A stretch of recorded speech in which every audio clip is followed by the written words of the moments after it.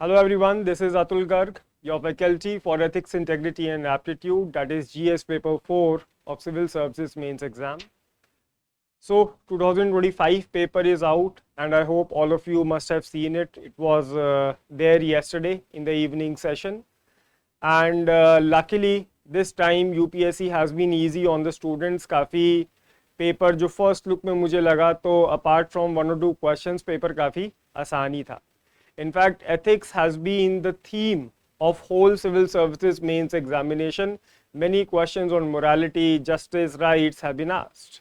जैसे अगर हम पेपर 2 में ही देखें तो question was there on constitutional morality, was there on social capital. ये दोनों थीम्स हैं हमारे एथिक्स पेपर की. इनफैक्ट कॉन्स्टिट्यूशनल मोरालिटी का तो इस बार एथिक्स के पेपर में भी पूछा. 2 questions have been there.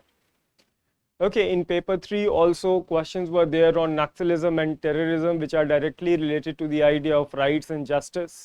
तो फिर से यहाँ पर हमारा ethical dimension आ जाता है. Always tell students कि always try to look things in a comprehensive manner. अगर ethics में हम लोग internal security डाल सकते हैं तो internal security में भी हम लोग ethics डाल सकते हैं. And this is what Manikant sir also tells, that we should need to have an interdisciplinary approach. हमको सारी चीज़ों को इकट्ठे लेकर चलना चाहिए. Okay, so before going, today we are going to discuss this model answer of the paper, and you will get the model answer also on the I think on the link of this video as well. So or you can visit certainly the studies website, there you can get the model answer. But before going on to the questions, let me do some basic analysis of this paper, what I have got from it, what is my perception regarding it when I saw it for the first time. So if I look at the analysis part, then first thing is that overall it was an easy paper. Okay, and as I have said that across GS papers questions on morality have been asked.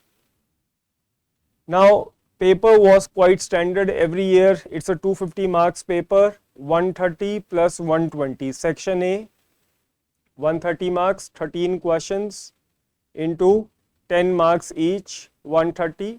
And then we have 6 case studies of 20 marks each. So 6 into 20, 120 marks. So together 250 marks. यही standard हमारा division रह रहा है पिछले काफ़ी सालों से.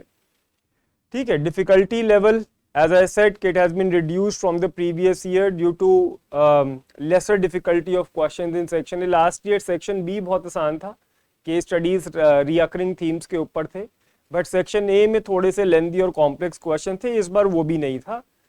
section A के questions भी काफ़ी, इनफैक्ट कई सारे questions तो थे जो हमने predict भी किए थे. जैसे जैनिज्म के ऊपर question था एक कि how Mahavir's teaching are relevant in contemporary world.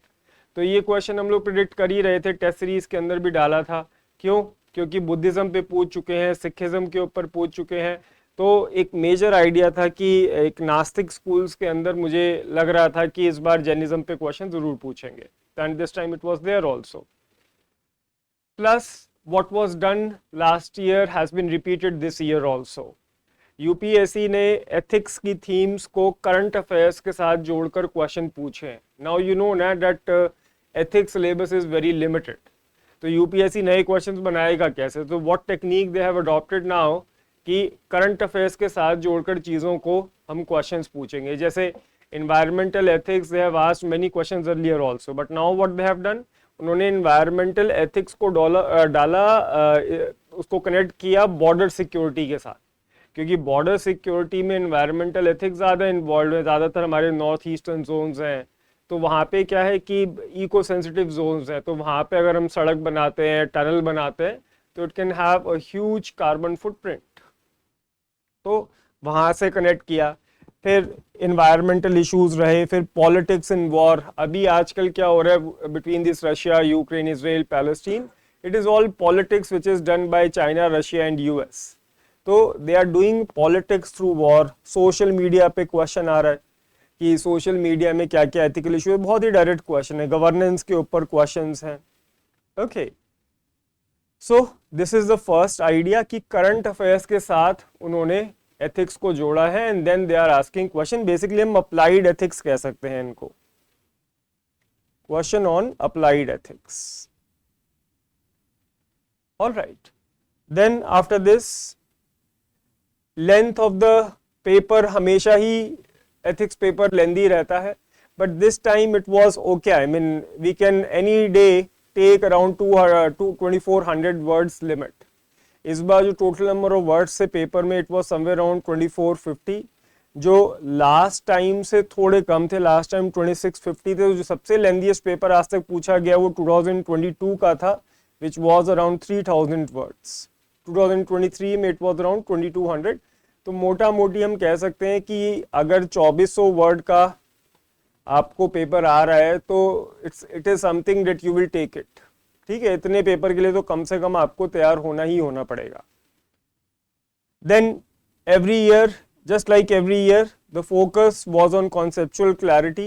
Many questions were there, like directly related to the topics like code of ethics, rational thinking, underutilization of funds, environmental ethics. One case study was there on conflict of interest, refugee crisis. In fact, most of these themes have been repeated. If you have done the last year's paper, अगर पिछले 10-11 साल के paper आपने देखे हैं तो ज़्यादातर ये थीम्स, इनफैक्ट अंडर यूटिलाइजेशन और मिस यूटिलाइजेशन पे तो UPSC already has asked the question. पिछली बार पूछा था क्यों हो रहा है, इस बार मेजर्स पूछे हैं कि how we can resolve this problem. Okay, rational thinking last year भी क्वेश्चन था, फर्स्ट क्वेश्चन ही था that how artificial intelligence is influencing rational thinking of public servants. तो इस बार भी पूछा है कि कैसे रैशनल थिंकिंग गुड गवर्नेंस को इंश्योर करती है. Alright, so as given in the fifth point कि repetitions of theme बहुत देखने को मिल रहा है. okay, so हाँ, but ये है कि next time you should be conscious about this thing that whenever you are reading newspaper, apart from looking at it from political angle, social angle, economical angle, also look it from the ethical angle. कुछ भी हो रहा है, जैसे in the last few days many things have come, that is stray dogs का issue आया है, तो इसका एक पूरा एथिकल एंगल बनता है. Recently today only I heard about a news where a woman was burnt alive for dowry. So cases on that can be there. Okay, so many such type of issues are there which can be asked as section A questions और case studies. Got it? तो कुछ भी पढ़िए, उसका एक ethical angle जरूर देखिए. अपने नोट्स के अंदर आप बनाते रहिए. फाउंडेशन तो हम लोग करा ही देंगे आपको, बट करंट अफेयर्स आपको देखने होंगे, एडिटोरियल्स लगातार आपको देखने होंगे. ये नहीं कि सिंपली आप जस्ट डेफिनेशंस कलेक्ट करेंगे, उनके रिलेटेड एग्जांपल्स देखेंगे. सिर्फ इससे काम नहीं चलने वाला. The strategy which most of the toppers से खाली इससे नहीं पड़ेगा. आप कॉन्सेप्ट समझिए. Suppose compassion is there, so you can relate compassion with the stray dog issue. If justice is there, you can connect कि at one place this dowry death is coming, on another place that blue drum case is coming. So what you can say that evil doesn't is not related. It doesn't have a direct relation with the gender, with the sex of a person. A person can be evil whether he is a male or a female. Okay. So newspaper editorials अच्छे से पढ़िए, dedicated sections पढ़िए. मैं अपने Telegram channel पे अक्सर इनको share करता हूँ. तो please, I mean it's very important कि आप खाली ये नहीं कि फैक्ट्स का रट्टा मार लेंगे और आपका काम हो जाएगा. ऐसा नहीं होने वाला. आपको एनालिटिकल चीज़ें पढ़नी पड़ेगी.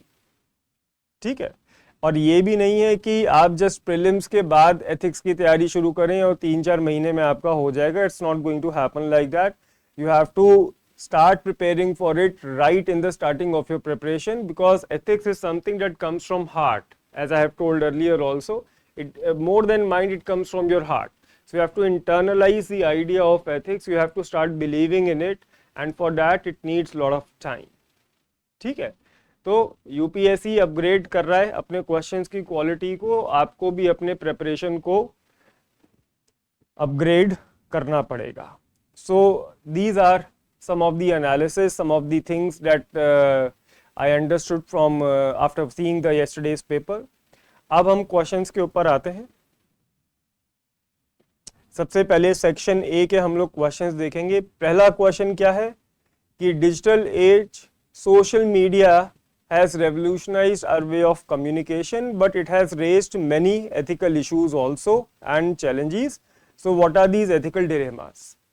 So In fact, in my test series also, I told many questions have been there on social media कि social media public servants का क्या relation होना चाहिए, कैसे social media ने rational thought process को impact किया है. This question was asked 3-4 years back. तो सोशल मीडिया तो रिकरेंट थी. मैं आपने इंफॉर्मेशन आईसीटी के अंदर पेपर 3 के अंदर भी इसके बारे में पढ़ा होगा. ठीक है. तो how exactly we have started in a very simple manner, as you can see in the model answer, that technology is a useful servant but a dangerous master. Social media has transformed the way we have communicated. Okay. But if this power increases too much, it raises many serious ethical dilemmas which need urgent attention and regulation. Simple introduction. Not many things have been added. Now, what are the key ethical dilemmas here? As you can see, privacy, right to privacy and data exploitation is there. Like this movie was there now on social network, that if you are not paying for the product, you are the product. This line was there in this movie, and so you are not paying for Facebook or Instagram. So actually you are the product. Your data is sold to the companies for advertisement purposes. Cambridge Analytica case, you know, it bought data from the Facebook, and the data was used to manipulate the voting behavior of people in India. तो Cambridge Analytica case आप यहाँ पे डाल सकते हैं कि आपका right to privacy, the moment you type something on Google, the associated advertisement starts coming on your screen. तो ये सब क्या है? ये सब आपका डेटा कहीं ना कहीं बेच रहे हैं. ठीक है. Social dilemma, sorry not social network, social dilemma. फिर एक तरफ फ्रीडम ऑफ स्पीच है, but on the other side misinformation is there. Social media leads to spread of misinformation and fake news. इसमें principle of truthfulness can harm overall social capital. Okay, like few years back there was this rumor spread in Bengaluru which led to the exodus of northeast people. Okay, then apart, on one hand, social media leads to unity among people, especially if you look at on Independence Day, on Republic Day, it creates a sense of unity, togetherness among the people. But it also has a tendency to polarize people on different grounds like community and gender. Like on platform like X, you will see threads where political debates are going on, people fighting with each other, trollings are happening. Okay. Then safety is there, but on the other place, cyberbullying is also there. Today, all these digital arrests, many things are happening. Then equality versus digital divide. Not everyone is equally represented on the social media. So I often say that India is there on social media but not Bharat. So most of the public opinion which is there on social media doesn't represent the original opinion of the whole Bharat. तो India है, भारत नहीं है. फिर wellbeing ensure करता है social media, but it can also lead to addiction. Okay, on an average, youth are spending more than 3 hours every day on social media, which in itself is causing a lot of psychological vulnerabilities. So social media is both an enabler as well as a disruptor. The forward is a balance between them. Here you can use the idea of Madhyam Marg as given by Buddha. So with this you can end your answer. It was very simple one. Moving on to the next question. Again constitutional morality के ऊपर question है. In fact this is a line which I teaches in the first class itself. कि this was said by Ambedkar that constitutional morality is not a natural sentiment, it must be cultivated, and we Indians must accept that our people are yet to learn it. तो ये बात अंबेडकर साहब ने कही थी. पहली line मैं class में लिखवाता हूँ ये, और वही देखिए नेचुरल सेंटिमेंट करके ये क्वेश्चन पूछ लिया गया है. ठीक है. तो कहाँ से आता है constitutional morality? It is a product of civil education and adherence to the rule of law. So what is the significance of constitutional morality for public servants? Highlighting the role in promoting good governance and ensuring accountability. So basically how constitutional morality, in simple words, it is important for public servants. So, I have started again with the quote, true governance flows not from power but from principles. Then I have simply defined what constitutional morality is. It basically means the adherence to the basic fundamental standards given in the Constitution, its understanding, internalization and application in different aspects of life, the different standards which are given in the Constitution. Okay, then this quote has been given. Then next thing is, what is the significance for public servants? Certainly, yes, it helps in upholding the rule of law. It promotes good governance. Good governance rests on principles like transparency, responsiveness and inclusivity, which are rooted in constitutional morality.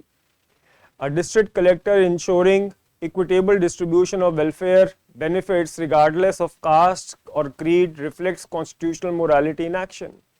Then fostering ethical decision making in dilemmas, like DPSP says that the government should respect international treaty and obligations. Article 51 is there. Okay, the problems, the conflicts must be resolved through negotiation, through arbitration. So all these are nothing but resolution of ethical dilemmas. Okay, like Ambedkar's own life. Even though he had many bitter experiences in his childhood, yet he treated all the communities in a very equal manner. He has no hatred for the upper caste as such. Then, what is its role in promoting good governance and accountability? It leads to institutional integrity, it leads to citizen-centric administration, it helps in conflict resolution, moral leadership it leads to. Okay, public servants inspired by constitutional morality. Look how I have written the line. Look, like Lord Hanuman's selfless service in the Ramayana, lead by example, fostering trust and ethical culture. Okay, so Constitution is the biggest, is a supreme law of the land, and constitutional morality is the supreme guide for public servants. Okay, उसके बिना तो कुछ भी नहीं है. We all we need to do is to internalize that idea of constitutional morality. ठीक है, इस पे तो I think बहुत आसान क्वेश्चन है. आपके पॉलिटी के टीचर ने भी आपको इसके बारे में 100% पढ़ाया होगा, और हमने खुद क्लास के अंदर इसको डिस्कस किया है. और previously also this question has been asked twice by UPSC. तो अगर आपने लास्ट ईयर पेपर भी किए हैं तब भी आप आराम से इस क्वेश्चन को अटेम्प्ट कर सकते हैं. Then next question, this statement is given that war is a diplomacy by other means. Critically analyze above statement in context of contemporary geopolitical conflict. Now, what is happening between Russia, Ukraine? As I told you earlier, Israel, Palestine, what is happening in Yemen? Okay, civil war is happening. The rebellion Houthis, they are supported by Iran. The Sunni government is supported by Arabs. Okay, so what is this? This is actually but politics which is happening. Okay, it is not that Russia is attacking Ukraine, not because Ukraine is a threat to Russia. It is because of the Western countries who are interfering in the politics of Ukraine. Similarly, Israel and Palestine. Israel, because of the backing of US, is attacking Palestine. अगर US आज बंद कर दे तो attack थोड़ी कर पाएगा Israel Palestine को. So actually it is the bigger countries who are playing, and these smaller countries are just pawns in the hand of these bigger countries. So this is what we have to write here, कि Russia Ukraine का चल रहा है, Israel Hamas का चल रहा है, south China सी में जो आपके इश्यूज चल रहे हैं, ताइवान के जो इश्यूज हैं, जो expansionist nationalism which China is using. But इसका एक लिमिट भी है. ठीक है, क्यों?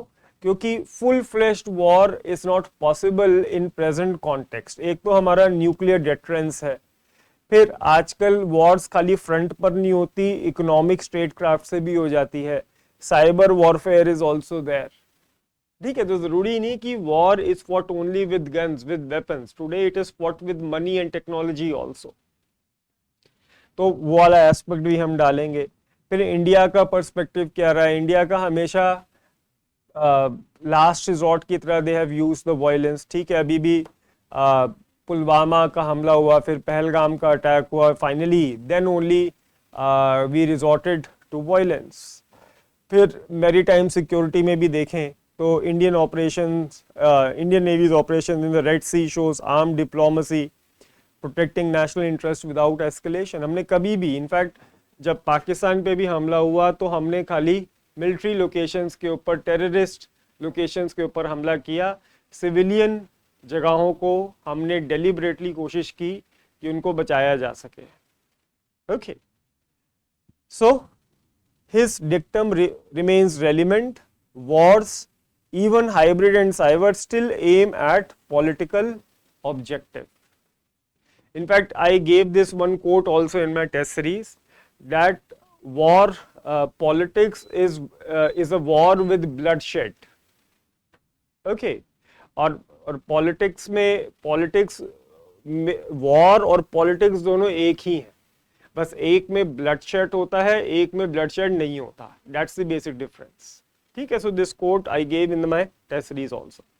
तो सिमिलर है आइडिया, उसके बेसिस पे आप लिख सकते हैं. और नहीं तो the same question could have been asked in your international relations also.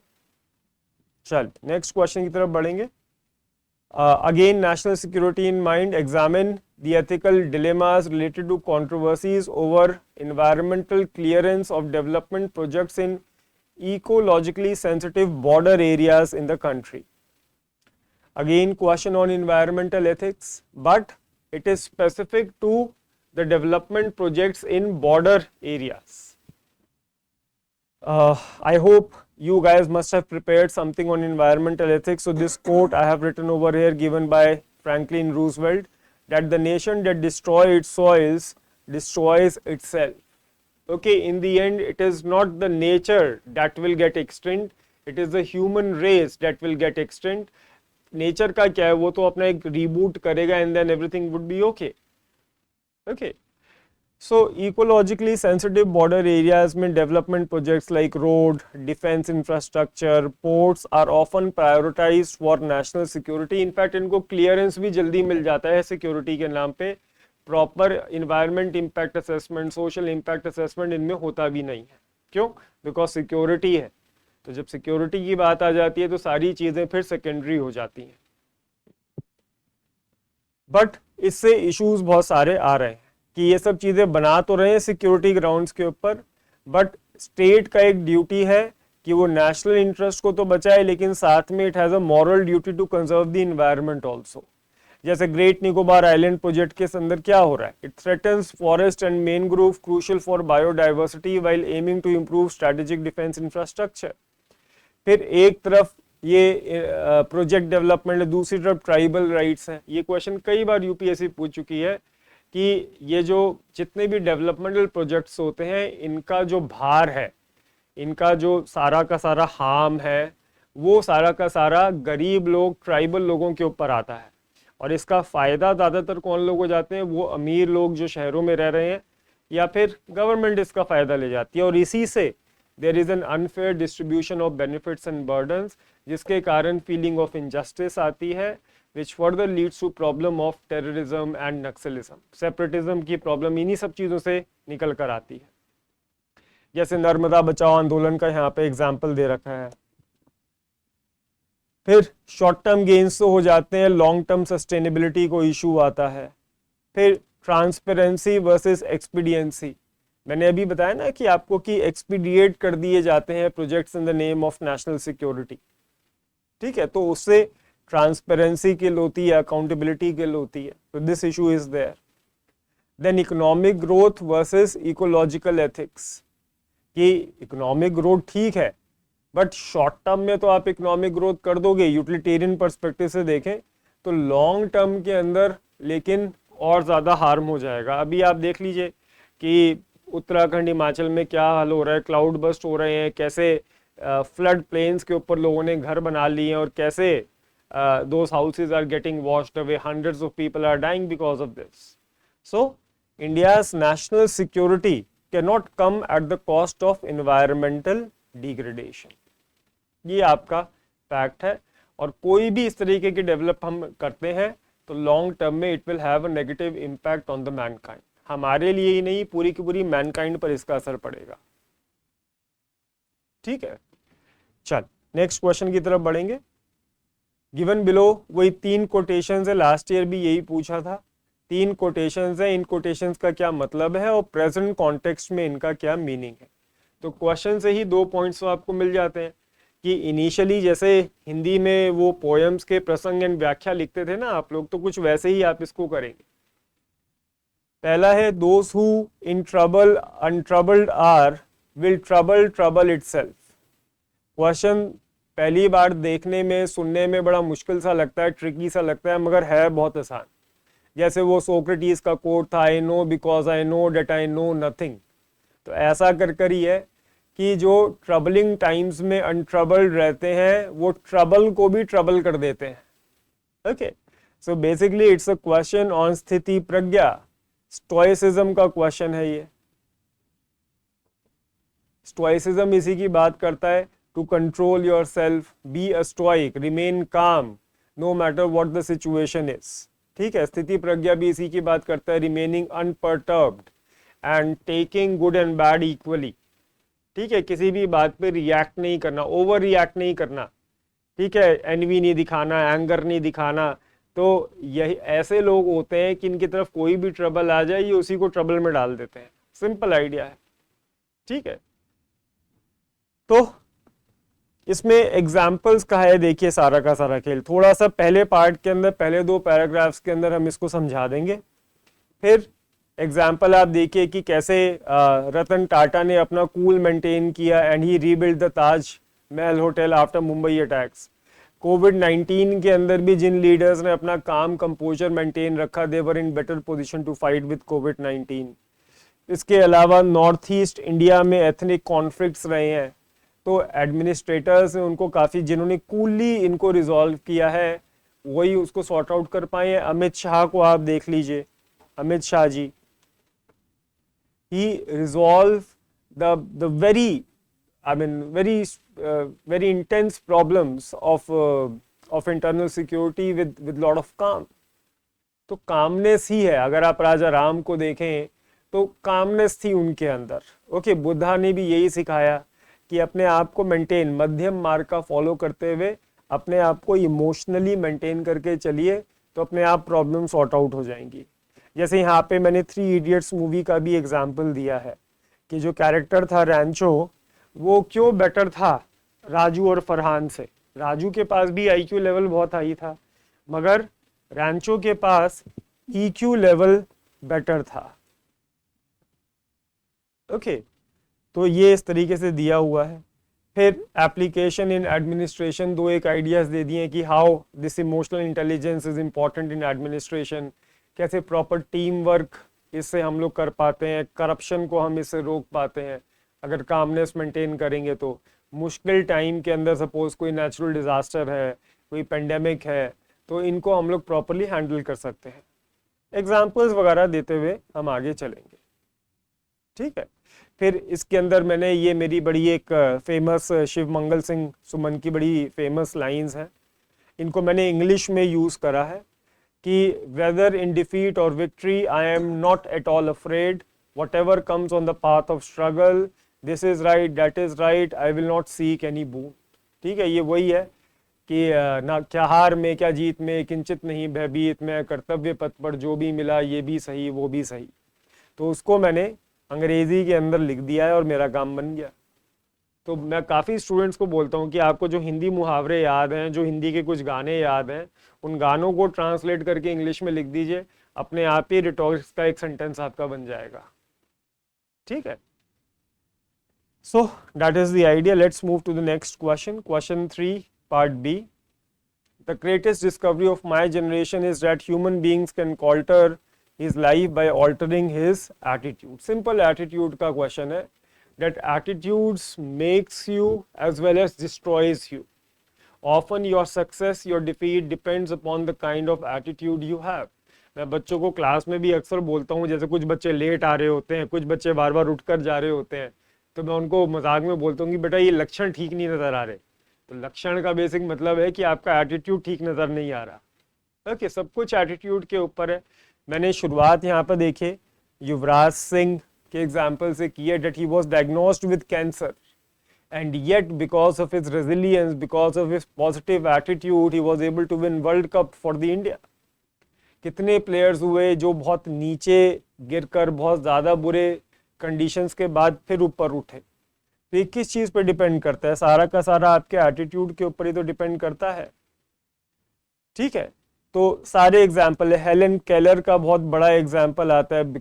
Despite of her disabilities she was able to make a remarkable impact on the mankind। मतलब वो डेफ थी, ब्लाइंड थी, फिर भी कितनी बड़ी राइटर वो। उन्होंने एक बार कहा भी that life is either a daring adventure or nothing at all। तो अगर लाइफ में कुछ डेयरिंग आपने नहीं किया, कुछ एडवेंचरस आपने किया, तो वो लाइफ है किस बात की?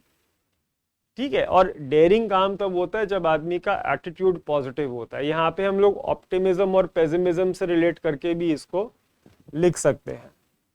ठीक है, कितने एग्जाम्पल हैं देखिए। आत्मनिर्भर भारत का एग्जाम्पल दिया। स्वच्छ भारत अभियान क्या था? Earlier also Nirmal Bharat Abhiyan was there which was run by Congress, मगर सक्सेसफुल नहीं था। ये सक्सेसफुल हुआ क्यों? क्योंकि यहाँ पे लोगों का एटीट्यूड चेंज हुआ। ऐसे ही मैरी कॉम का कह लीजिए बॉक्सिंग में, या अवनी चतुर्वेदी का कह लीजिए, she was the first female fighter pilot. ठीक है, जो हमारा बूमिंग स्टार्टअप इकोसिस्टम है इंडिया के अंदर, तो ये सब किस वजह से आ रहा है? ये एक पॉजिटिव एटीट्यूड की वजह से ही तो आ रहा है। ठीक है, तो चाहे एक स्टूडेंट है जो डिजिटल लर्निंग कर रहा है, चाहे एक फार्मर है जो नई एग्रीकल्चर टेक्निक सीख रहा है, everything comes from the attitude that he has towards life. फिर आता है the strength of a society is not in its loss but in the morality of its people. पहला जो एटीट्यूड वाला क्वेश्चन था, इट वाज फ्रॉम यूनिट 2। ये question unit 1 से आता है, एथिक्स एंड ह्यूमन इंटरफेस, और कॉन्सिक्वेंसेस ऑफ एथिक्स में भी आता है। Unit 6 relation between laws and ethics. बहुत ही सिंपल क्वेश्चन है कि सोसाइटी की स्ट्रेंथ लॉज से नहीं एथिक्स से आती है। क्यों? क्योंकि laws are minimalist in nature, they are enforced from outside, जबकि ethics are maximalist in nature, they comes from within. Simple लिखना है कि कितने लॉज हैं हमारी कंट्री के अंदर। We have laws regarding dowry, laws regarding untouchability, gender discrimination, फिर भी ये सारी की सारी चीज़ें हो ही रही हैं। चाइल्ड लेबर के अगेंस्ट लॉ है, जल्लुकटी के अगेंस्ट लॉ है, करप्शन के अगेंस्ट लॉ है। इतनी स्ट्रिक्ट हमारी प्रोविजंस हैं, मगर फिर भी ये सारी की सारी चीज़ें धड़ल्ले से चल रही हैं। राइट्स भी हो रहे हैं। आप देखेंगे कि कैसे डीप फेक्स, कैसे टेक्नोलॉजी का इस्तेमाल करके लोग गलत काम कर रहे हैं। क्या इन चीज़ों को हम लॉ से सचमुच रोक सकते हैं? The answer is no. Technology, I mean, it is changing at such a fast rate that before the law come technology changes. तो इन चीज़ों को लॉ से रोका ही नहीं जा सकता, ये सब मोरालिटी की। फिर कॉन्ट्रास्ट में मैंने स्कैंडिनेवियन कंट्रीज का एग्जाम्पल दिया कि वहाँ पे ज़्यादा लॉस नहीं होते, वहाँ पे तो रिफॉर्मेटिव जस्टिस हो रहा है, फिर भी लोग अच्छा काम वहाँ पर कर रहे हैं। लोग कानून को नहीं तोड़ते। क्यों? Because they are moved by their ethics. Laws से तो जानवर चलते हैं, एथिक्स से इंसान चलते हैं। ये आपको लिखना था इसमें। तो देखेंगे ये सारी चीज़ें यहाँ पर आती हैं। इन्वायरमेंटल प्रोटेक्शन की बात करें, डिजिटल एज के चैलेंजेस हैं। फ्रीडम स्ट्रगल में गांधी जी का जो सत्याग्रह था वो एथिक्स के ऊपर मूव था। फिर नॉर्डिक कंट्रीज़ के बारे में बात की गई है। फिर थोड़ा बहुत गवर्नमेंट की तारीफ करना भी बनता है, तो थोड़ा बहुत अमृतकाल, विकसित भारत एट द रेट 2047, ये सब टर्मिनोलॉजीज भी मैंने आंसर में यूज़ की है। ऑलराइट, चलिए नेक्स्ट क्वेश्चन देखते हैं। Question 4 part A, that for any kind of social री इंजीनियरिंग और successfully implementing welfare scheme, civil servant must use reason and critical thinking। वही क्वेश्चन आ गया कि कैसे रीजन और क्रिटिकल थिंकिंग इंपॉर्टेंट है along with ethical framework। तो ethical framework के कॉन्टेक्स्ट में रीजनिंग कैसे हेल्प आउट करती है सिविल सर्वेंट्स को। सिंपल है, लास्ट ईयर भी एक रैशनैलिटी पे क्वेश्चन पूछा गया था, उससे पहले भी रैशनैलिटी पे क्वेश्चन पूछा गया है। 3 मेजर चीज़ें होती हैं, 3 मेजर सोर्सेज होती हैं एपिस्टेमोलॉजी के अंदर हम पढ़ते हैं, which leads to all human knowledge, और ये तीनों हम क्लास में बहुत अच्छे से डिस्कस करते हैं। That is reason, emotions and evidence. और आप देखेंगे कि इन तीन के ऊपर इस बार बहुत सारे क्वेश्चन, इनफैक्ट 2 एसेज भी पूछे गए थे इसके regarding. Let me show you that, just a minute guys.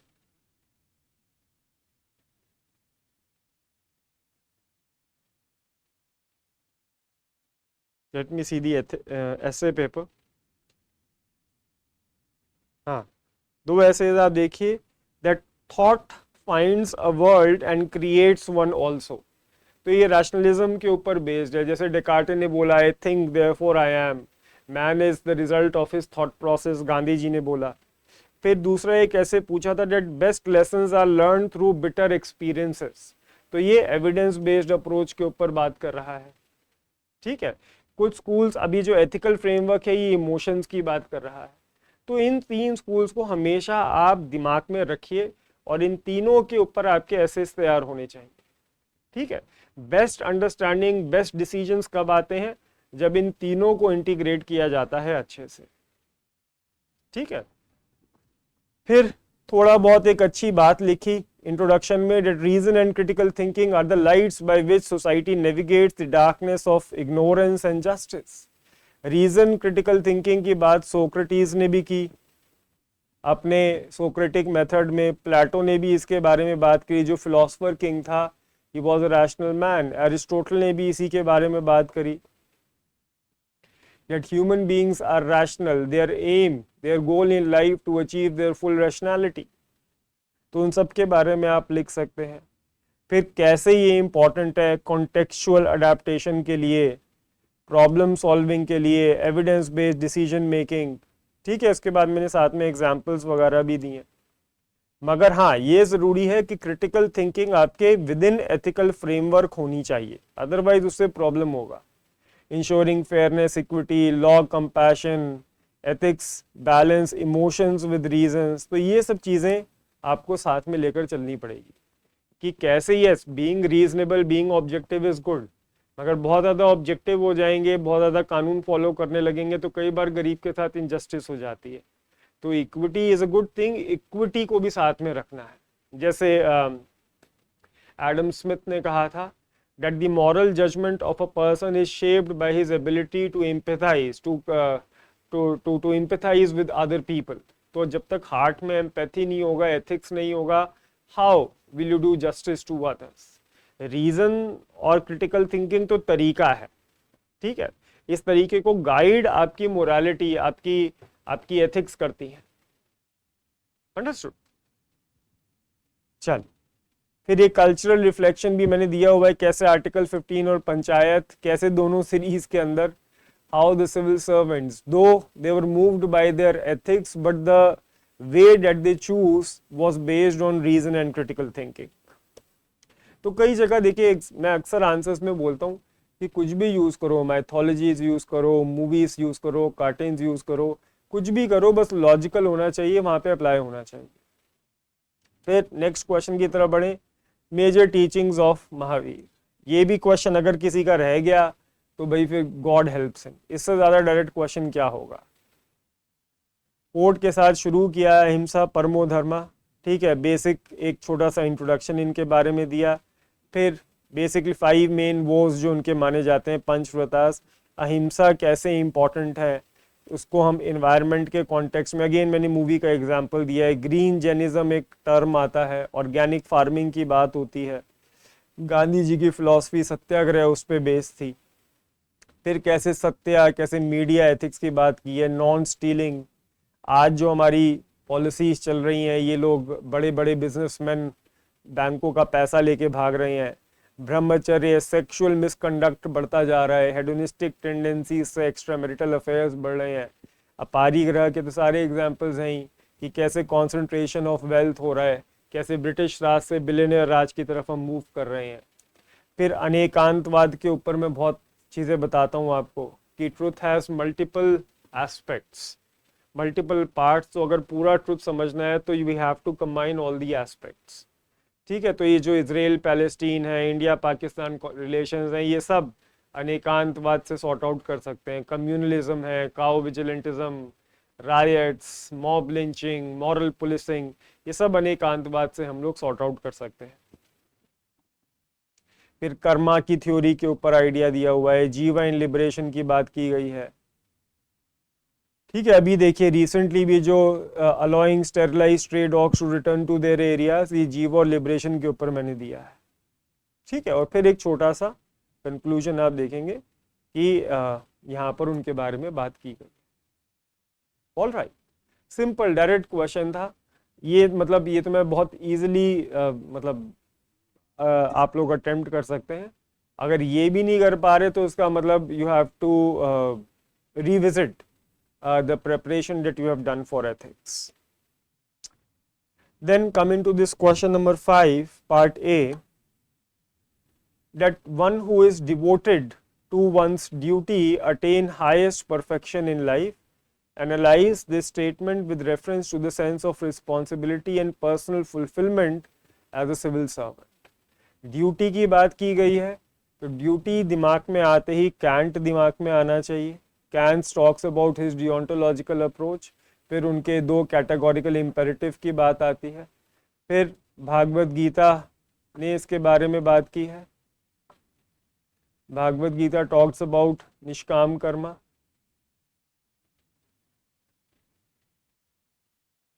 तो ये दोनों आइडियाज हम लोग लिखेंगे।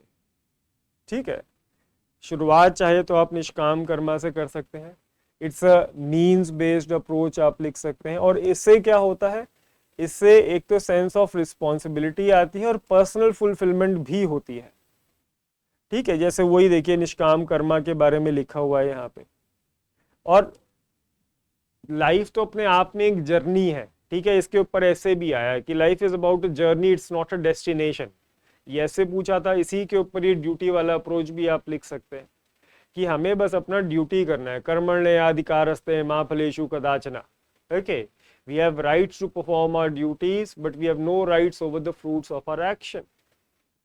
ठीक है, और कैसे हमें ड्यूटी, देखिए सेंस ऑफ ड्यूटी एक तो हमें फ्यूचर के एंजाइटी से और पास्ट के रिग्रेट से बचाती है, जिससे हम प्रेजेंट पे कॉन्सेंट्रेट कर पाते हैं। We do for what we are responsible. हम लोग बहुत ज़्यादा फ्यूचर ओरिएंटेड नहीं होते। फिर ये सारे एग्जाम्पल्स हैं, आर्मी सोल्जर जो सियाचिन के अंदर है, अब ये सोचना शुरू कर दे, अरे हम क्यों ये कर रहे हैं, क्या पैसे हमको मिलते हैं, ये वो, तो उनको 100 कारण मिल जाएंगे वहाँ पे ना होने के लिए। ऐसे ही medical professionals epidemic hit areas के अंदर खुद की ज़िंदगी दांव पर लगाते हैं। सिविल सर्वेंट्स को कितना थ्रेट होता है सस्पेंशन का, एडवर्स पोस्टिंग का, फिर भी वो बढ़िया तरीके से काम करते हैं।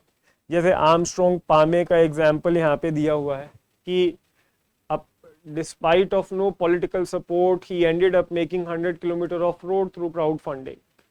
ऐसे ही अजीत डोवल का आप एग्जाम्पल दे सकते हैं कि कैसे उन्होंने इतनी टफ सिचुएशंस के अंदर भी वो सिर्फ अपनी ड्यूटी की सेंस से आगे बढ़ते चले गए।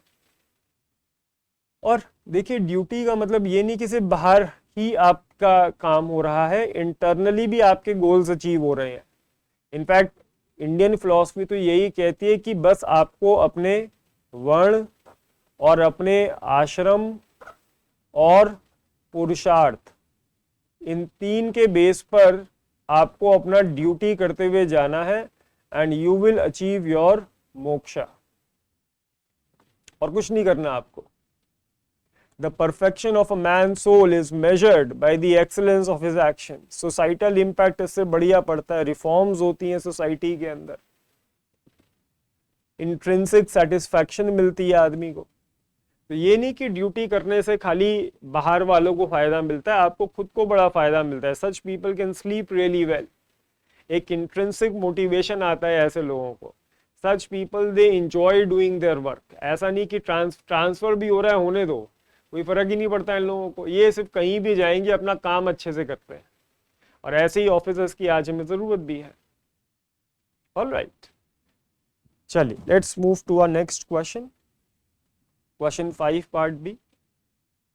To achieve holistic development, a civil servant act as an enabler and active facilitator of growth rather than a regulator. बहुत सिंपल क्वेश्चन है। हाँ, मगर इसमें पूछे हैं स्पेसिफिक मेजर्स। ठीक है, मोदी जी बोल गए थे that the government has no business to be in business, we should aim for minimum government maximum governance. यही हम क्लास के अंदर पढ़े भी थे, और फिर मैंने आपको एक गवर्नेंस के ऊपर डायग्राम बनवाया था। This diagram is there, class वाले बच्चों को याद होगा कि this is government, this is private sector, ये एनजीओस हैं, and there in between we have citizens. तो ये पूरे प्रोसेस को गवर्नेंस कहते हैं। और इस क्वेश्चन का मतलब है कि इस गवर्नमेंट पार्ट को हमें छोटा करना है और इन पार्ट्स को हमको बड़ा करना है। Private sector, NGOs, citizen participation को हमको ज्यादा करना है। ठीक है, सिविल सर्वेंट को इनेबलर बनना है, डूअर नहीं बनना है, खुद नहीं करना है, दूसरों को इनेबल कराना है। सिविल सर्वेंट को स्टीयरिंग करनी है। स्टीयरिंग द बोट का मतलब होता है बोट को डायरेक्शन देनी है, बट बोट को ताकत, ऊर्जा कौन देगा, रोइंग कौन करेगा, वो प्राइवेट सेक्टर, एनजीओ और सिटीजन्स करेंगे। हमारा काम तो कोऑर्डिनेशन का है, ब्यूरोक्रेसी का, बाकी सारा काम सोसाइटी को खुद करना चाहिए। तो ये इस कोड का आइडिया है। कैसे, क्या मेजर्स के साथ हम इसको अचीव कर सकते हैं? सिंपल है, प्राइवेटाइजेशन, आप डिसइन्वेस्टमेंट करिए, digital India, jam Trinity, startup India, government का खाली रेगुलेशन का रोल हो, जैसे सेबी, ट्राई वगैरह के थ्रू करते हैं।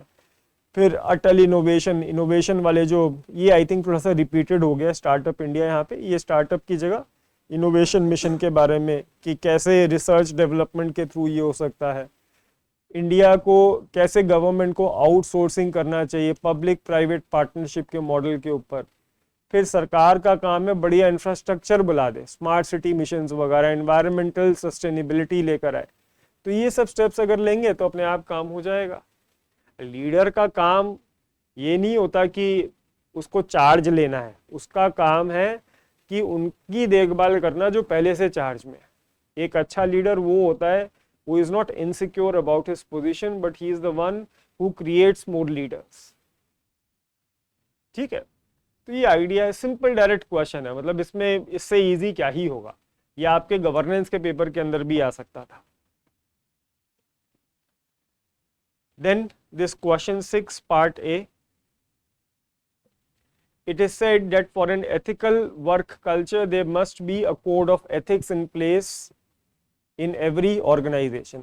लास्ट ईयर भी यही क्वेश्चन 6A टाइप ही पूछा था कोड ऑफ एथिक्स का, कि एक मॉडल कोड ऑफ एथिक्स क्या हम लोग डेवलप कर सकते हैं।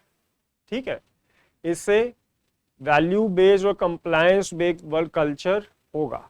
अब कंप्लायंस बेस्ड वर्क कल्चर क्या होता है? बेसिकली रूल्स बेस्ड, जो कोड ऑफ कंडक्ट इंश्योर करता है। और वैल्यू बेस्ड कौन करता है? Code of ethics. तो पूछा वही बात है जो पहले के क्वेश्चंस में भी आया गया, 2 बार ये क्वेश्चन पूछा जा चुका है कि what kind of code is required in India. ठीक है, तो हमें एक 3 लेवल कोड चाहिए जिसमें कोड ऑफ एथिक्स और कोड ऑफ कंडक्ट दोनों को इंटीग्रेट कर दिया जाए। सेकंड ARC ने अपने 10th रिपोर्ट में इसी की बात करी। ठीक है, what you have a ethics is knowing the difference between what you have a right to do and what is right to do। तो what you have right to do ये code of conduct बता देगा, what is right to do ये code of ethics बता देगा। तो इन दोनों को कंबाइन करके चलेंगे, अपने आप काम आपका बन जाएगा। वही सारे आइडियाज आपको लिखने थे कि इंडिया में कोड ऑफ कंडक्ट होता है लेकिन इसके कुछ लिमिटेशंस हैं, तो हमें इसमें code of ethics add on कर देना चाहिए। फिर उसके रिगार्डिंग स्टेप्स हैं कि एक क्लियर और इंक्लूसिव कोड ऑफ एथिक्स बनाइए। ठीक है, फिर leadership by example, regular training दीजिए, सेंसिटाइजेशन करिए, safe reporting mechanisms, whistle blower protection वगैरह आपका होना चाहिए।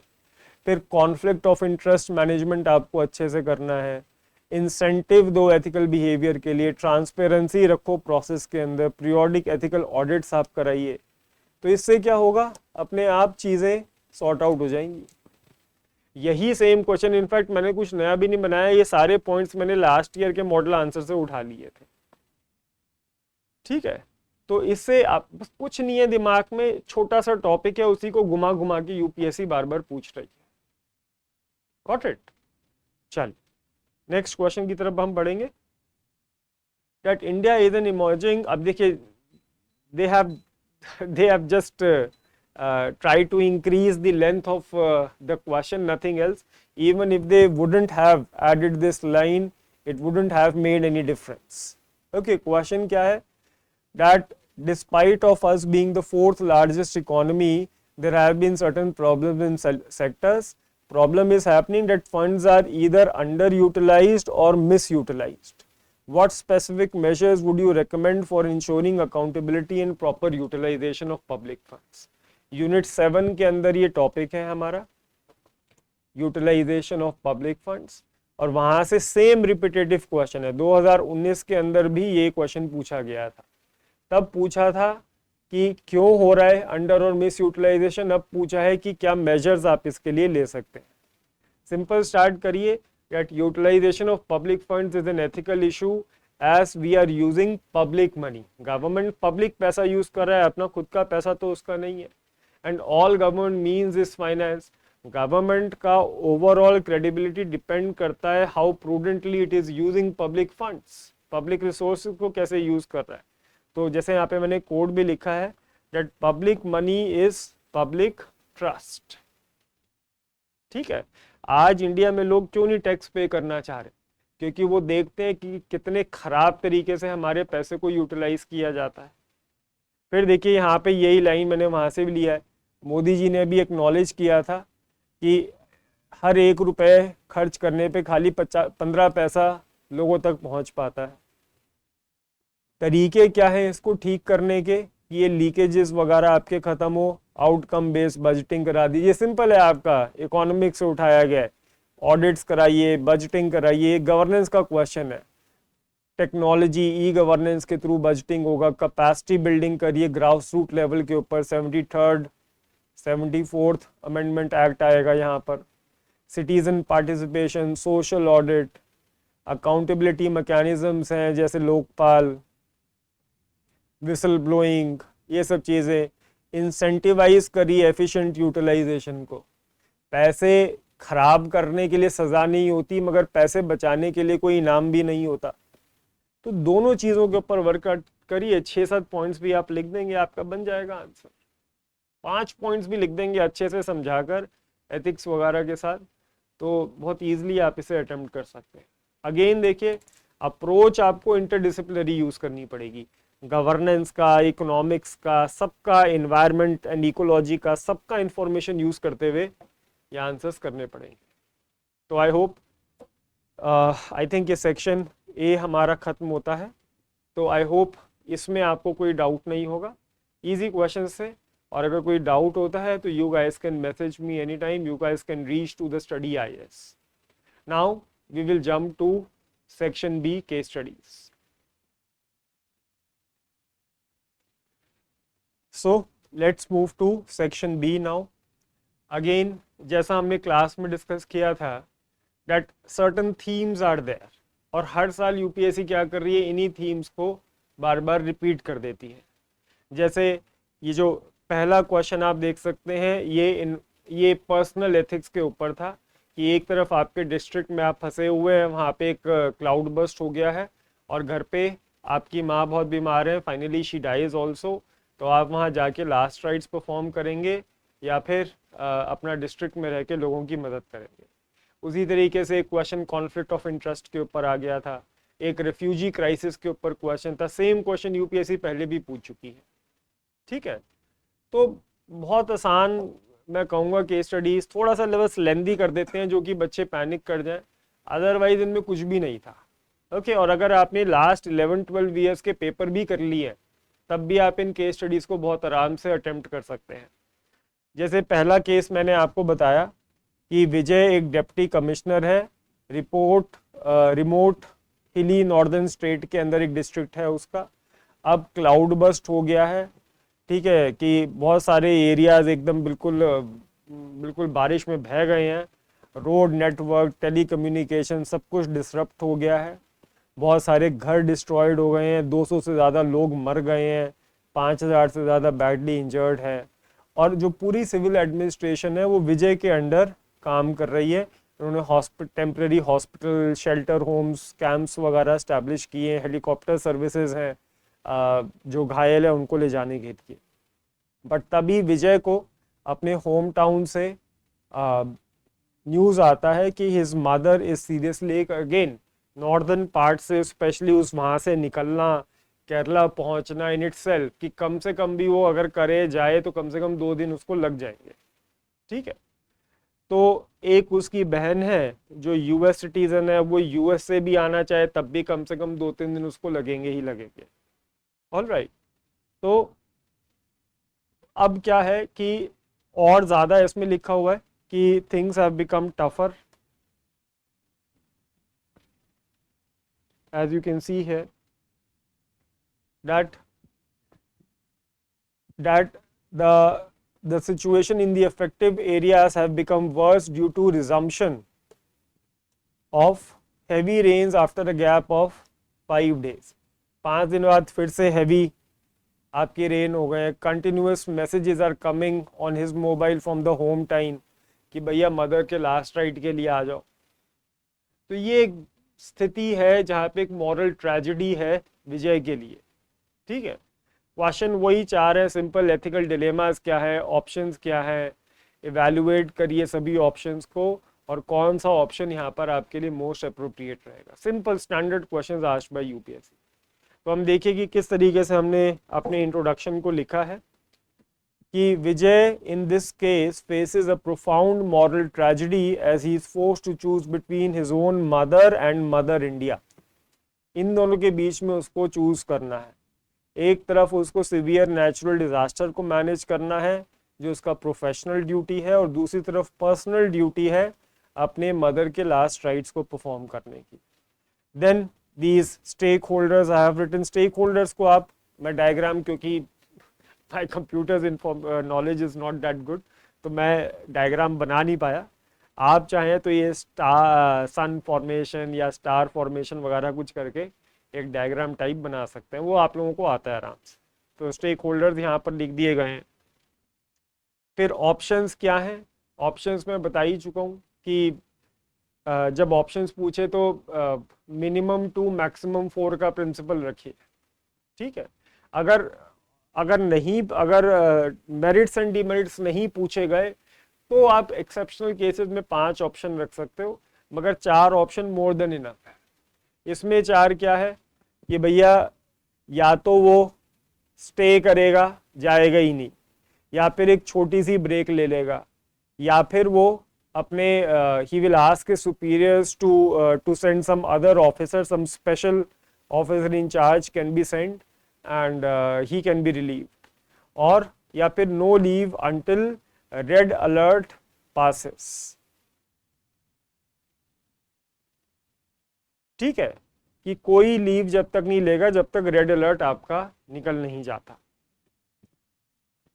एथिकल डिलेमास क्या है फेस्ड बाय विजय कि पब्लिक ड्यूटी, अच्छा यहाँ पे थोड़ा सा आई थिंक गड़बड़ हो गया है। हाँ सॉरी, पहला ऑप्शन है स्टे एंड लीड, ठीक है, दूसरा शॉर्ट टाइम बाउंड्री आपका छुट्टी लेके भागेगा, या फिर दूसरे ऑफिसर की बात करेगा, या फिर वो चला जाएगा, because mother's last rites are also important. ठीक है, तो यहाँ पे लीव की बात करेंगे हम लोग। सॉरी, यहाँ पे थोड़ा सा एक क्लरिकल एरर है, तो इसको मैं ठीक कर दूंगा बाद में।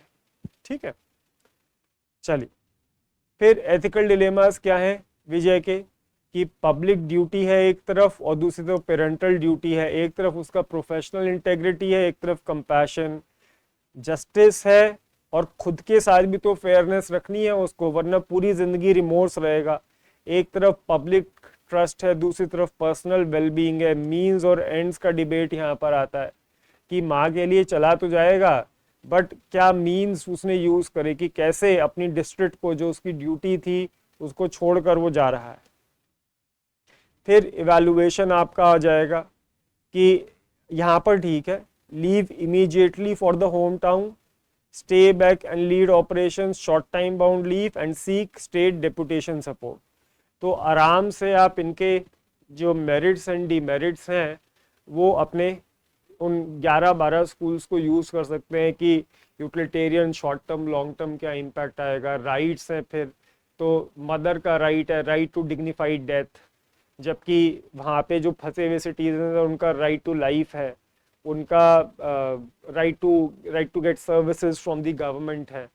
फिर डियोंटोलॉजिकल अप्रोच आ जाती है विजय की, फिर गादी इस टैलिस्मैन यहाँ पर आ जाता है, गुरु नानक अप्रोच यहाँ पर आ जाती है, जस्टिस अप्रोच है कि बेनिफिट तो वो ले जाएगा और फिर लेकिन बर्डन सारा वहाँ के लोगों के ऊपर पड़ जाएगा। तो ये सारे आइडियाज़ आप लिखिए यहाँ पर, बहुत आराम से आपका आपके मेरिट्स और डिमेरिट्स यहाँ पर बन जाते हैं और टेबल फॉर्मेट के अंदर मैंने ये डाल दिया है। ठीक है, so after doing this finally क्या best suitable course of action होना चाहिए। देखिए सुटेबल कोर्स यहाँ पे यही रहेगा कि he should remain in the district and personally lead disaster relief operations as his presence is critical to saving thousands of life and maintaining public trust। ठीक है, इसी के साथ at the same time he can delegate routine tasks to senior subordinates to ensure administrative continuity and use virtual means such as video calling to participate in his mother's last rites while keeping higher authorities informed of this situation। और कभी कभी राजधर्म अपनाने के लिए आपको personal level पे कुर्बानियाँ देनी पड़ती हैं। लॉर्ड रामा ने भी ये कुर्बानी दी थी, पांडवों ने भी ये कुर्बानी दी थी। इनफैक्ट योगी आदित्यनाथ जी, उनके one of his parents died during Covid time, तो वो उनके लास्ट राइट में नहीं गए थे, उन्होंने अपनी ड्यूटी करी थी as a chief minister of Uttar Pradesh. तो इस तरीके के एग्जाम्पल्स वगैरह डाल के आप लिख सकते हैं कि एक पब्लिक सर्वेंट के लिए पब्लिक इंटरेस्ट से बड़ी कोई चीज़ नहीं। ठीक है, और उनकी मदर भी, उनकी अनफॉर्चुनेटली डेथ हो चुकी है, तो even if he goes there he won't be able to revive her back. ठीक है, और तो इन बिटवीन वो अपनी सिस्टर को भी कॉल कर सकते हैं, in 2-3 days she can come to Kerala. Okay, तो 2-3 दिन, उसको भी कम से कम 2 दिन लग जाएंगे वहाँ पहुँचने में, because he stuck in a very difficult situation. तो सिस्टर को फ़ोन करे and in between the body can be preserved. ठीक है, बॉडी आजकल टेक्नोलॉजी है, तो 2-3 दिन तक तो बॉडी को आराम से प्रिजर्व किया जा सकता है। इस तरीके से आप एग्जाम्पल देखें। ठीक है, मगर यहाँ पे आप वहीं पर रहेंगे, टफ सिचुएशन है but you have to stay over there. चलिए नेक्स्ट क्वेश्चन की तरफ हम पढ़ेंगे। सो वही है आपका इकोनॉमी वर्सेस इकोलॉजी का केस है ये।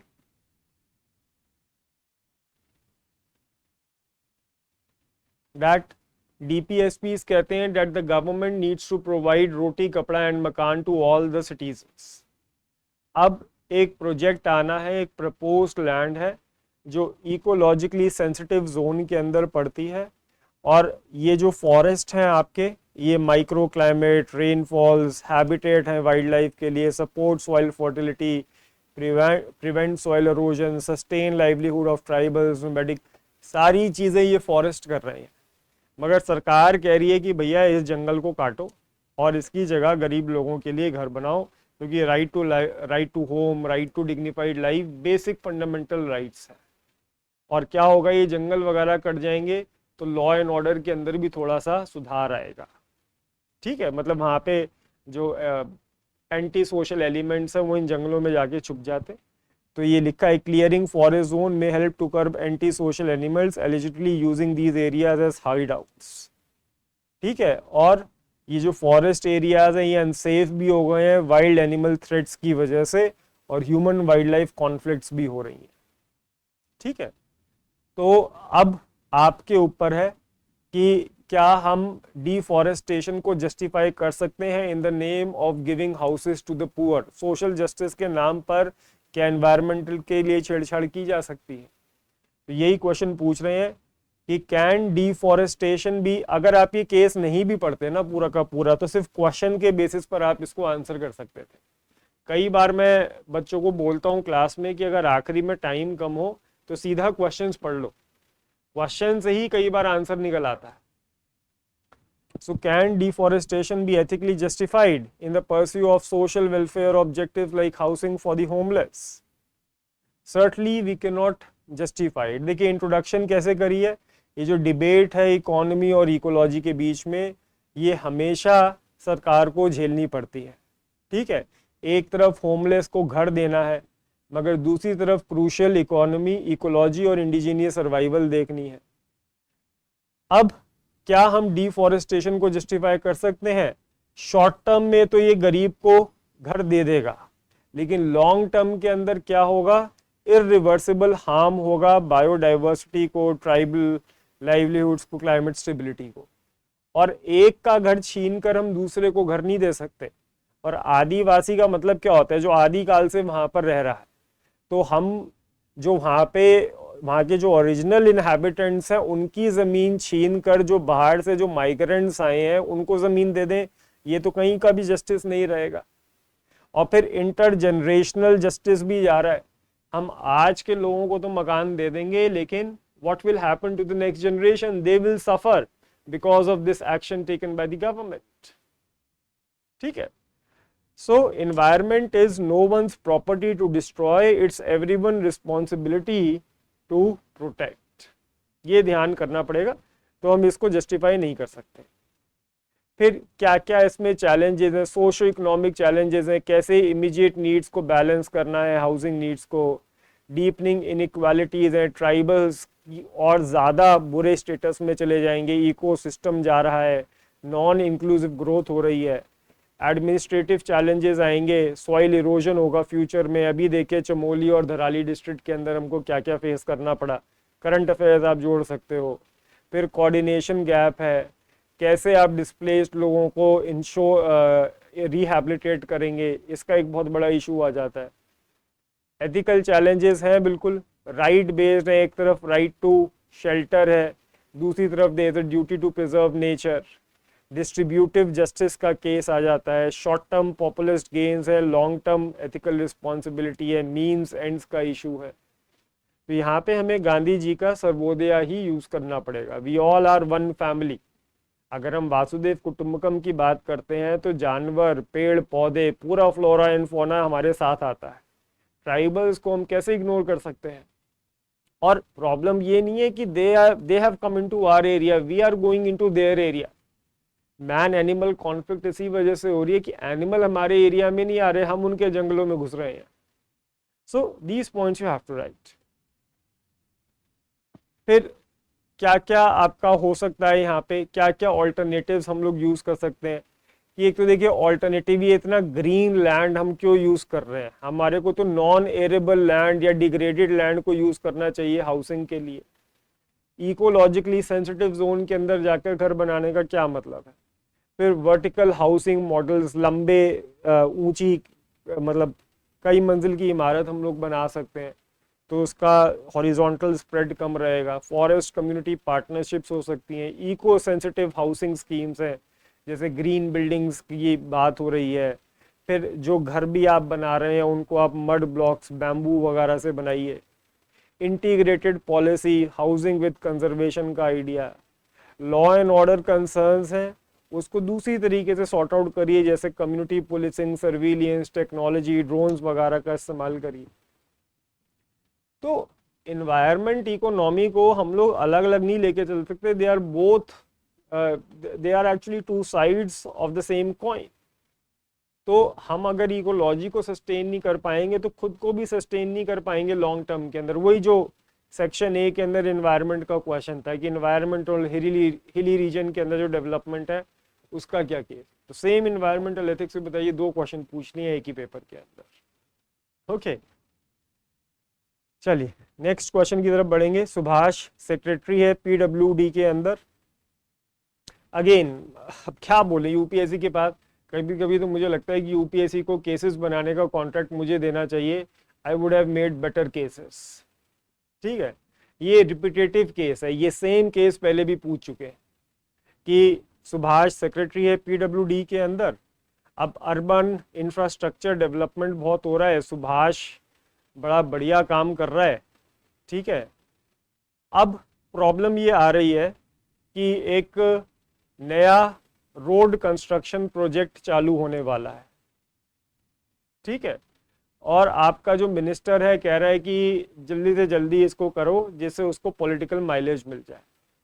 मगर अब प्रॉब्लम ये आ रही है कि सुभाष का जो लड़का है विकास, वो रियल स्टेट बिजनेस के अंदर है और वो अपने फादर को प्रेशराइज कर रहा है कि please tell me the exact location of the road project so that I can buy the nearby land and make profit out of it.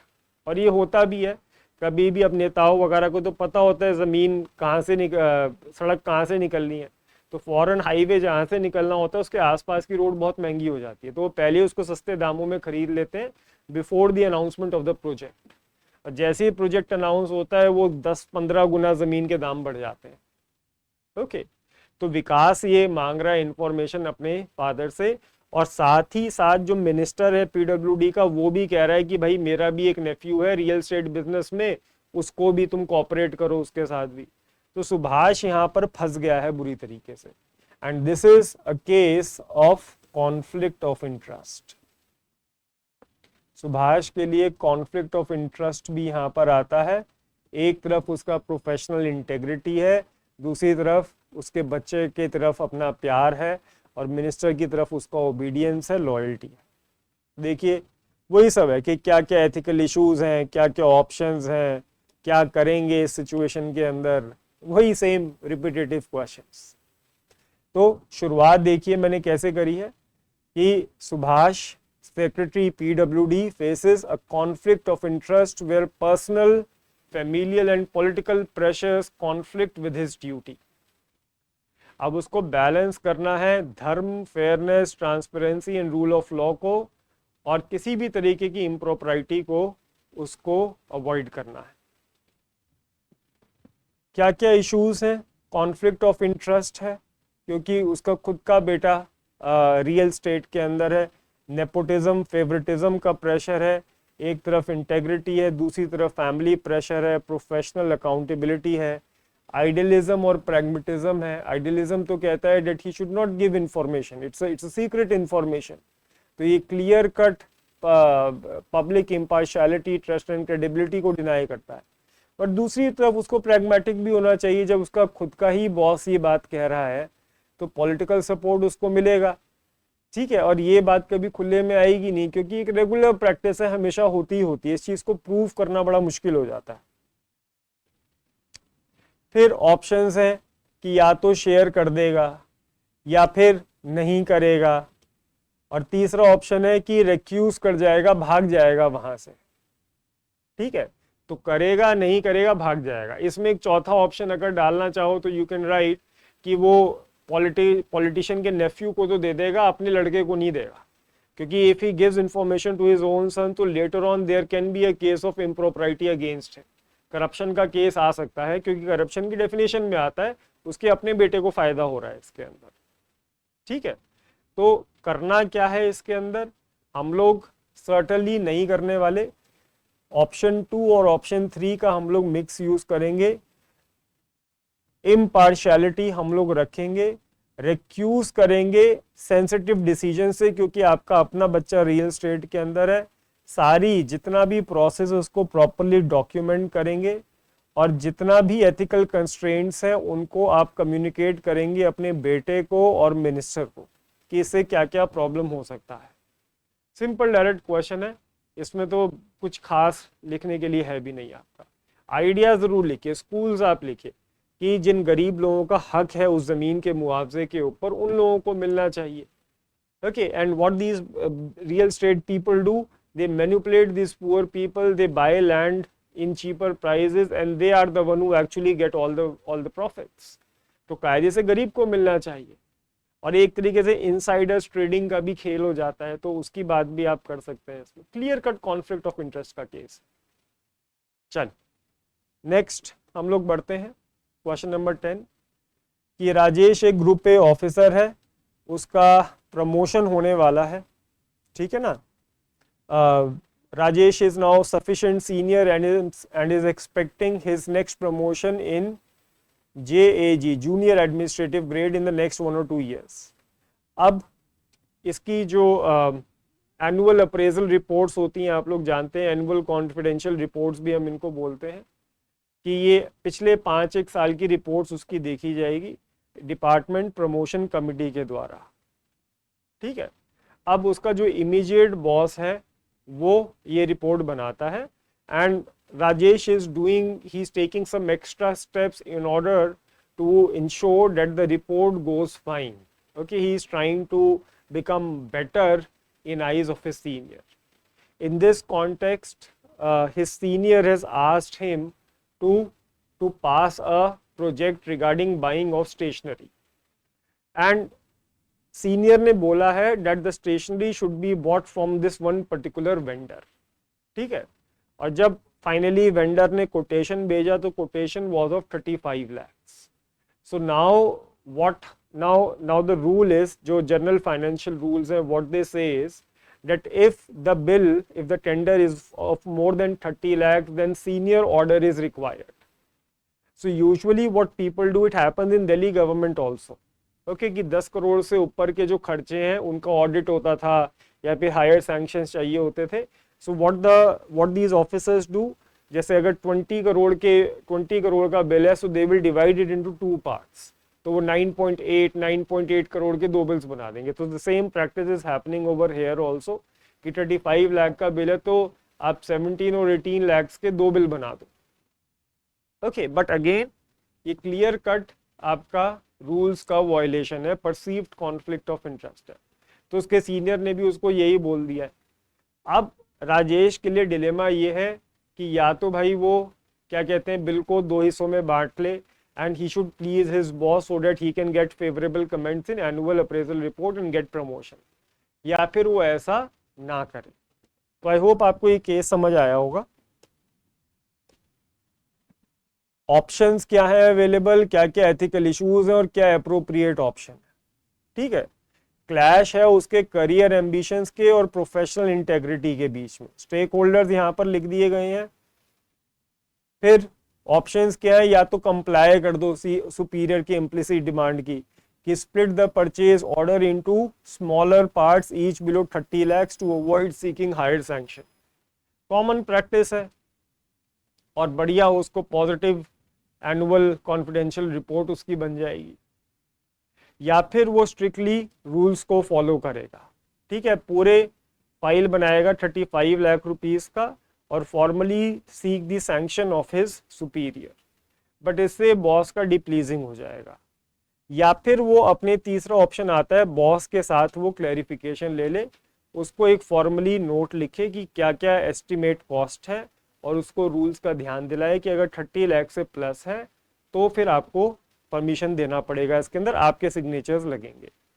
या फिर वो ये भी कर सकता है कि एक्सप्लोर करे ऑल्टरनेटिव वेंडर को कि जो कॉस्टिंग ही कम कर दे, क्योंकि बॉस ने बोला एक पर्टिकुलर वेंडर से खरीदने के लिए, तो हो सकता है वहां पे भी करप्शन हो प्राइजेस के अंदर. तो हो सकता है कि वेंडर ही कॉस्ट को दोबारा से टेंडर दे और हो सकता है कॉस्ट 30 लाख से कम हो जाए, प्रॉब्लम अपने आप सॉर्ट आउट हो जाएगी. या फिर वो विसल ब्लोइंग कर दे, हायर अथॉरिटीज को जाके बताए कि इस तरीके की प्रैक्टिस चल रही है. एथिकल इश्यूज क्या क्या है, integrity, career progression, means versus ends है, ओबीडियंस है एक तरफ और दूसरी तरफ रूल ऑफ लॉ आपका आ जाता है. पब्लिक पर्सनल इंटरेस्ट है, करप्ट कल्चर की बात हो रही है, accountability, transparency, conflict of duties versus emotions. Appropriate क्या है स्टेप, कि बॉस से क्लैरिटी लेगा प्लस ऑल्टरनेटिव्स को देखेगा. अभी उसको एकदम से बहुत हार्श बड़ा स्टेप लेने की जरूरत नहीं है. ठीक है, सिंपल बॉस को क्लैरिटी, उनको बॉस को फॉर्मली बताए कि भैया ये रूल है और ये इस तरीके का प्राइसिंग उस वेंडर ने दी है, प्लस ऑल्टरनेटिव देखे जिससे बिल ऑटोमेटिकली कम हो जाए. और जो टेंडर है उसी को जाना चाहिए जो मिनिमम कोट करता है. Okay, rather than that particular vendor, he should take quotes from other vendors also. तो ये क्या करेगा, इससे प्रॉब्लम सॉल्विंग स्किल्स दिखाई देती है, करियर भी सेव होगा, बॉस के साथ अच्छे रिलेशंस भी बनेंगे और एक पेपर ट्रेल पूरा क्रिएट होगा जिससे करप्शन होने के चांसेस कम हो जाएंगे. ठीक है, ultimately a promotion earn through compromising core value is a hollow victory. अभी के लिए पता है इसका डोमिनो इफेक्ट होगा। अभी एक एडिक्टिव नेचर है, अभी अगर गलत काम करके प्रमोशन मिल गया then later on he will do that, और होगा क्या फ्यूचर में, his honesty would be lost, his ethics would be lost, character loss हो जाएगा, क्या फायदा होगा ऐसे प्रमोशन का। ओके चल नेक्स्ट क्वेश्चन है, ये मनरेगा के ऊपर है।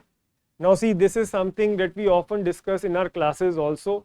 जब मैं सोशल ऑडिट पढ़ाता हूँ बच्चे को तो मनरेगा के एग्जाम्पल देता हूँ कि कैसे मनरेगा के अंदर करप्शन थी, फेक मास्टर रोल्स आपके बनते थे, ठीक है, और कैसे फिर राइट टू इंफॉर्मेशन आने के बाद सोशल ऑडिट शुरू हुआ, ये मास्टर रोल्स एनजीओज को दिए गए, कैसे गांव-गांव जाके उन्होंने इनकी तहकीकात की। तो उसी के ऊपर एक क्वेश्चन है कि पहले तो इन्होंने थोड़ा सा मनरेगा को एक्सप्लेन कर दिया, जिसको आप नहीं भी पढ़ते तब भी आपका काम हो जाता। मेन क्वेश्चन आपका बाद में शुरू होता है कि आप एडमिनिस्ट्रेटर इंचार्ज हो एक डिस्ट्रिक्ट के और आपको मॉनिटर करना है मनरेगा को। तो जब आपने देखा एक पंचायत को जो आपके ज्यूरिसडिक्शन के अंडर है, so you found that your predecessor has mismanaged excuse me has mismanaged the program in terms of, जैसे पैसे को ठीक से एक्चुअल जॉब सीकर को नहीं दिया गया है, मास्टर रोल्स को अच्छे से मेंटेन नहीं किया है, मिसमैच है जो काम किया गया और जो पेमेंट हुए, फिक्शियस लोगों को पेमेंट, फेक मास्टर रोल्स बन गए हैं, जॉब कार्ड दिए गए without looking into the need of the person, mismanage किया गया है फंड्स को, सिफोनिंग ऑफ फंड्स है, ठीक है, काम हो गया है लेकिन वो कभी एग्जिस्ट ही नहीं हुआ, गड्ढा खोदा था वो गड्ढा कभी खोदा ही नहीं गया, फेंसिंग की गई थी कभी हुई ही नहीं। ये सारी प्रॉब्लम्स तो ऑलरेडी मनरेगा में आ रही थी और सोशल ऑडिट और आरटीआई की वजह से काफ़ी हद तक सॉर्ट आउट भी हुआ। राजस्थान आंध्र प्रदेश के अंदर बहुत सारे, अनंतपुर डिस्ट्रिक्ट है, डूंगरपुर डिस्ट्रिक्ट है, वहाँ पे काफ़ी इम्प्रूवमेंट दिखी because of social audit and RTI.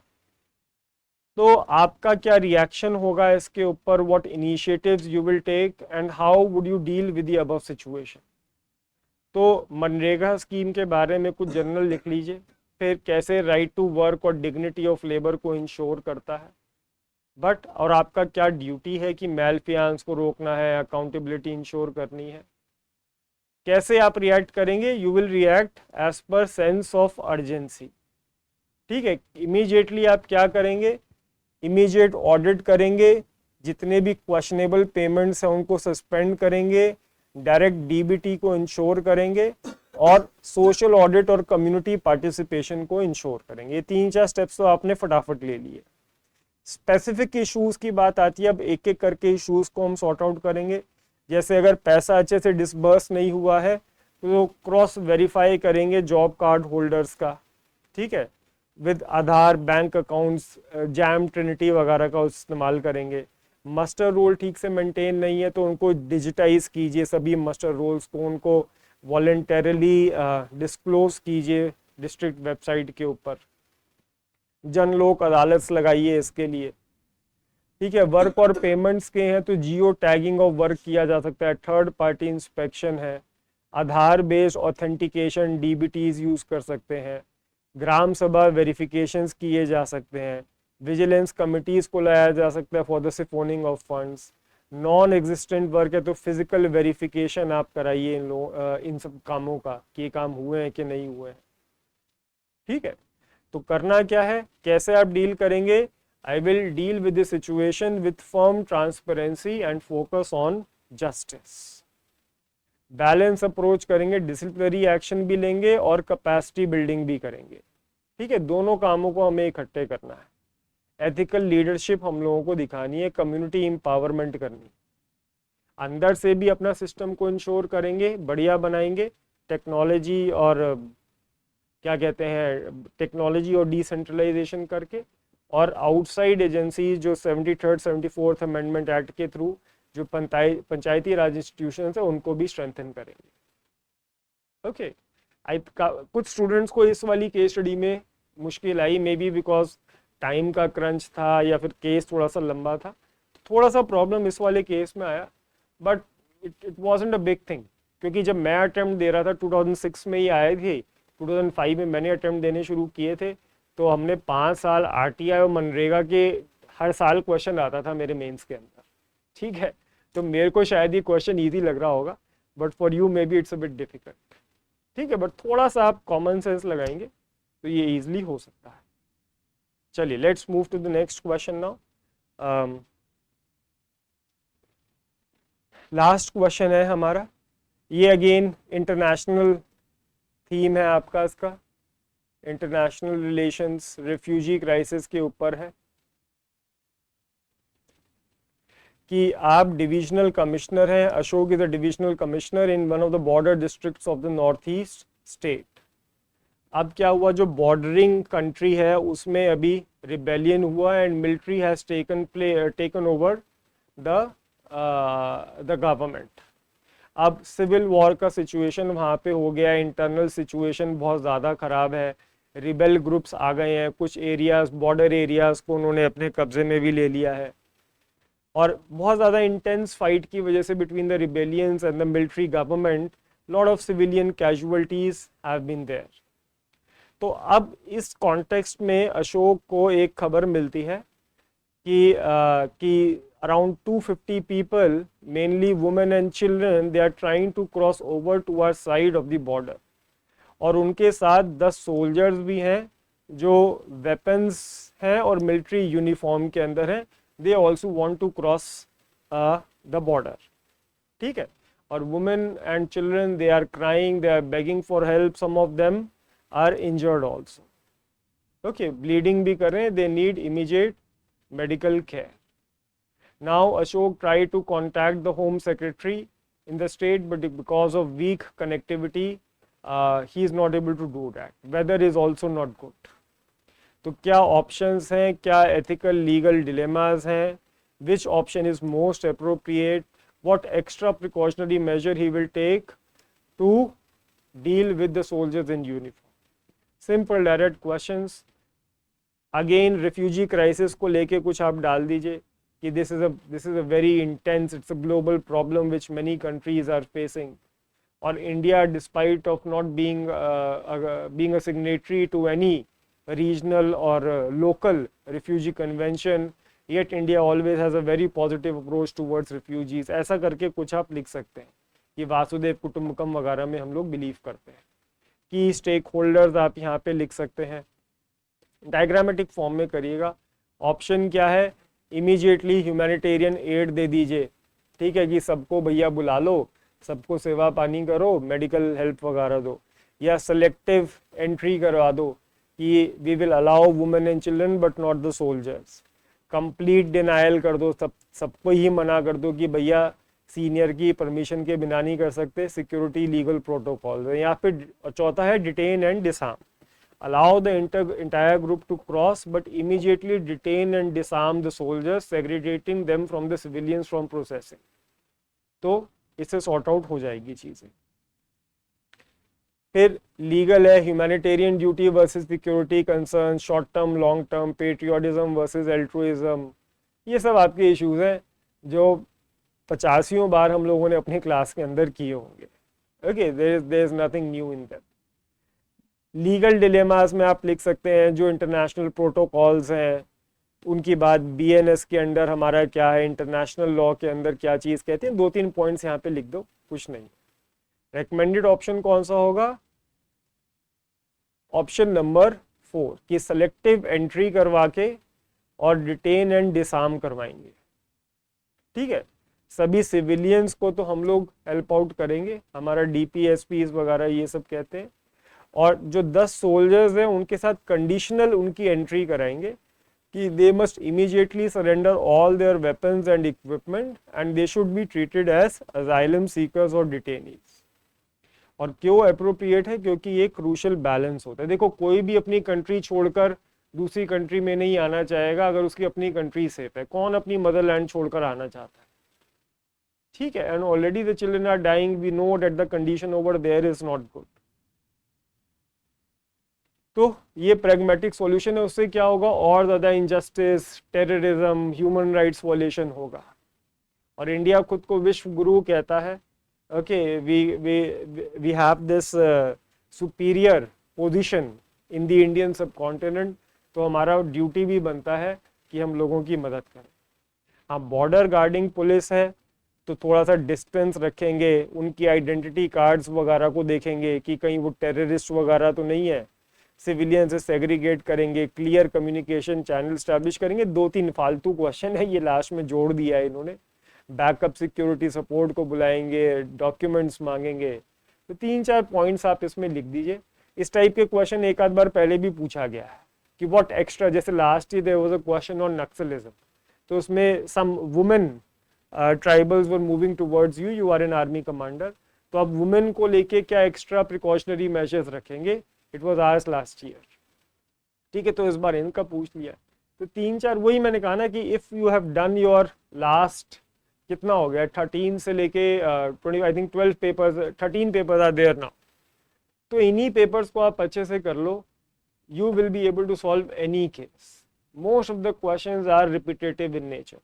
Just do each and every topic, understand each and every concept given in the syllabus. Remember the 12 to 14 schools that we have in ethics and moral philosophy. उनको वो फॉर्मूले हैं आपके basics, conceptual understanding रखो and practice PYQs. That's it. Ethics में आपको करने के लिए और कुछ नहीं चाहिए।